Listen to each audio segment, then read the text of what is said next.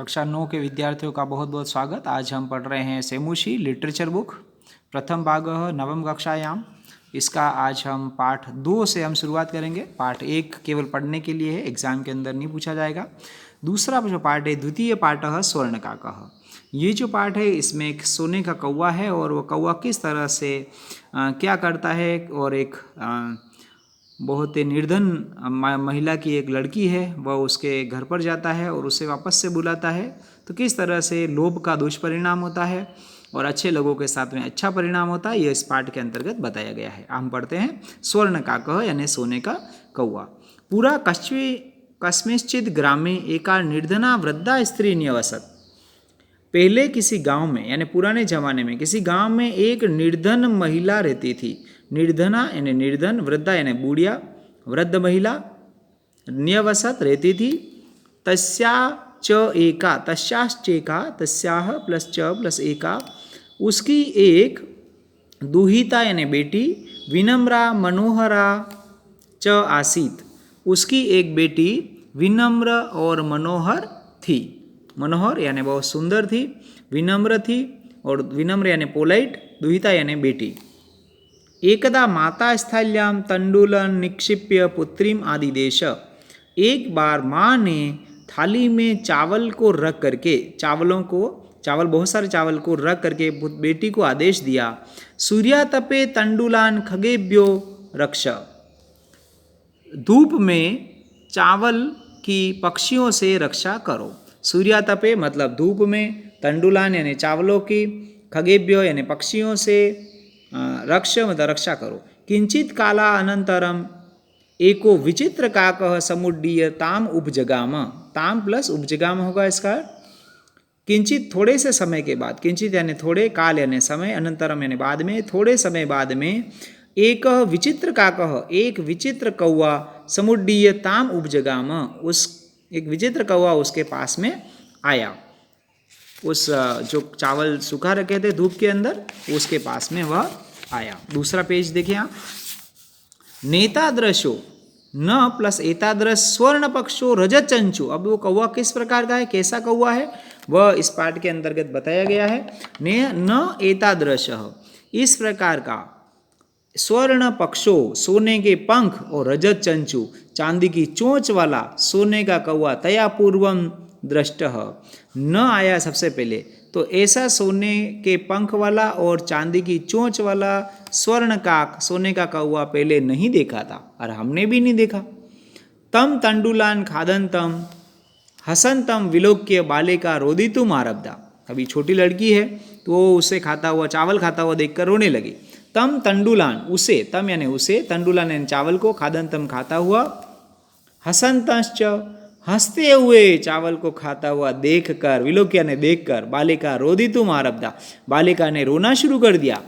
तम निवारयंती सा प्रार्थयत, उसे दूर भगाती हुई वह बोली, प्रार्थना करने लगी, तंडुला माँ भक्षय, चावल मत खाओ। माँ यानी मत, भक्षय मतलब खाओ, तंडुला ने चावल को, चावल मत खाओ। मदीया माता अति निर्धना वर्तते, मेरी माँ बहुत गरीब है। स्वर्ण पक्ष काक प्रोवाच, सोने का कौवा बोला, माँ शुचः चिंता मत करो।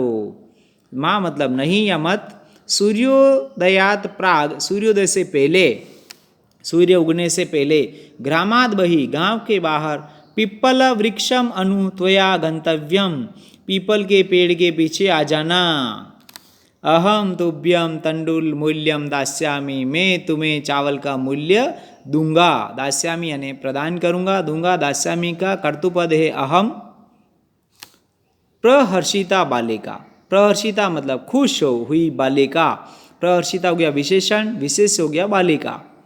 तो खुश हुई बालिका, निद्राम अपि न लेबे, सोई भी नहीं, उसने नींद भी नहीं ली।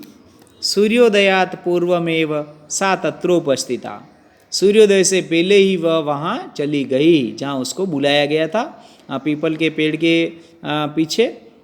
वृक्षस्योपरि विलोक्य, पेड़ के ऊपर, वृक्षस्य प्लस ऊपरी, पेड़ के ऊपर देखकर सा आश्चर्यचकिता संजाता, वह आश्चर्यचकित हो गई। सा यानी वह, च प्लस आश्चर्यचकिता, आश्चर्यचकित हो गई, संजाता मतलब हो गई।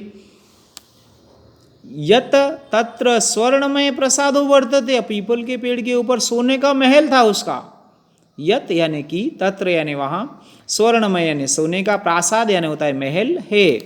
यदा काक शयित्वा प्रबुद्धस्तदा तेन स्वर्ण गवाक्षात कथितम, और कौवा सोकर के उठा, जागा हुआ, उसे सोने की खिड़की से झांक करके बोला, सोने की खिड़की से उसे झांक करके कहा। ये जब कौवा सो करके जाग गया तब उस सोने की खिड़की से झांक करके कहा, हो बाले, अरे लड़की त्वम आगता, तुम आ गई हो, तिष्ठ रुको, अहम त्वत्कृते, मैं तुम्हारे लिए सोपानम अवतारयामी, सीढ़ियाँ उतारता हूँ।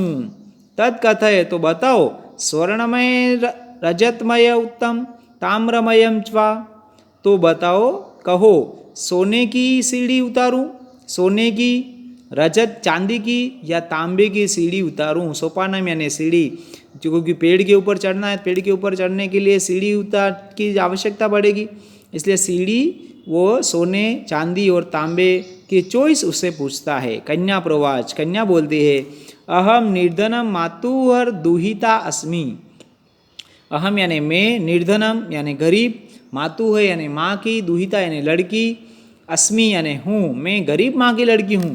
ताम्र सोपानेव, सोपाननेव आगमिष्यामि, तांबे की सीढ़ियों से ही आ जाऊंगी, इसमें एव लग रहा है, सोपानेन प्लस एव, तांबे की सीढ़ियों से आ जाऊंगी।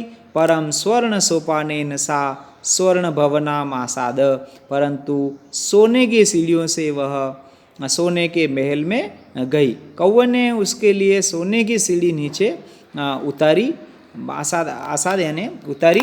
तो इस प्रकार हमने अभी आधा पार्ट किया है, आधा हम अभी नेक्स्ट वीडियो के अंदर ये करेंगे। बहुत ही इंटरेस्टिंग चैप्टर है ये, आप स्वयं इसे पढ़ें, इसके शब्दार्थ करें, पाठ के पीछे आए हुए शब्दार्थ आपको संस्कृत की कॉपी के अंतर्गत लिखने हैं, और पाठ के बीच में जो शब्दार्थ आए हुए हैं वो मैं आपको फ़ोटो खींच करके और आपको सेंड करूँगा आपके ग्रुप के अंदर।